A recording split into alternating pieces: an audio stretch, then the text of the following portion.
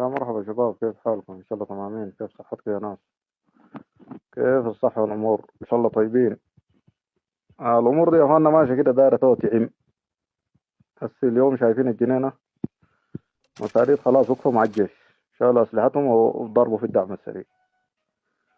والفاشر هسه شايفين ما أعرف دي حركة نمر ولا حركة منو ما بعرفها، بشوف هسه بقى رباطة بتحلق في جوا المدينة. والموضوع ده يا أخوانا أنا زمان الكلام ده قلنا له يا ناس أعملوا لكم برنامج.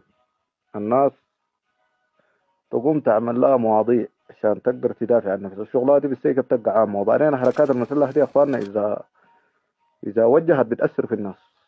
الليله الدعم السريع ده كله مشغول في الخرطوم، والناس الليله الا العرب اللي قاعدين برا دي يا اخواننا اسلحه ثقيله ما عندهم، اسلحتهم خفيفه خفيفه.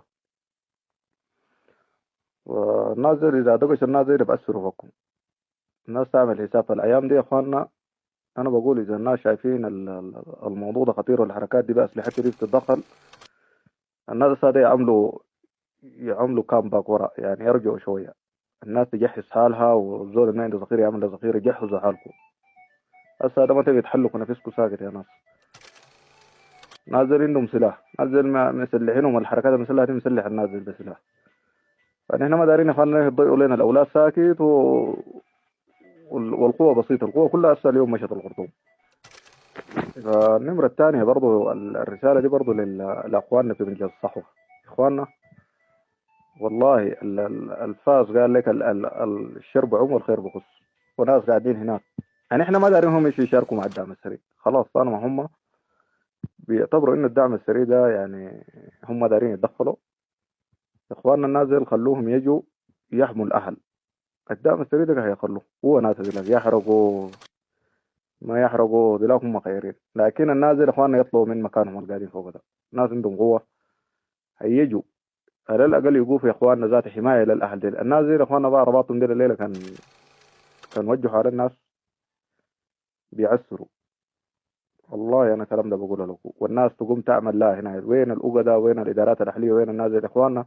الشغل عملوه برنامج سري، الناس خليها تجهز. هسه الليله الظهيره بتلاقي وين وصلنا هنا، وين حريكه برضه هسه ما شفنا، ما ظهر. قاعد في افريقيا هناك بجاب في دول، وهو هنا دولته قاعده منحاره. وده كله كلام يا اخواننا ما يصلح. المفروض الناس دي يا اخواننا تعملوا لهم نداء عاجل، يعني كل الجروبات وذات تضيفوهم لنا في المجموعات دي عشان نقدر الناس ذات تتخاطبوا معهم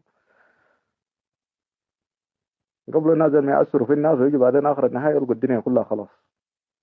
الناس دي عندهم حقد كبير، وبالذات مساليب ديل. مساليب ديل لا أهلنا في الجنينة ديل، والله كان الله ما ستر تسمع بهم. الناس خلاها تكون واقفة قوي. والدعم السريع هسه حاليا إذا شايف هو هناك بسيط في الجنينة، ما يحلك نفسه، ما مشكلة يرجع وراء، يكون نفسه كويس وتجي قوة بعدك إذا دار يخش عليهم يخش، لكن ما يخش بنفس الطريقة دي.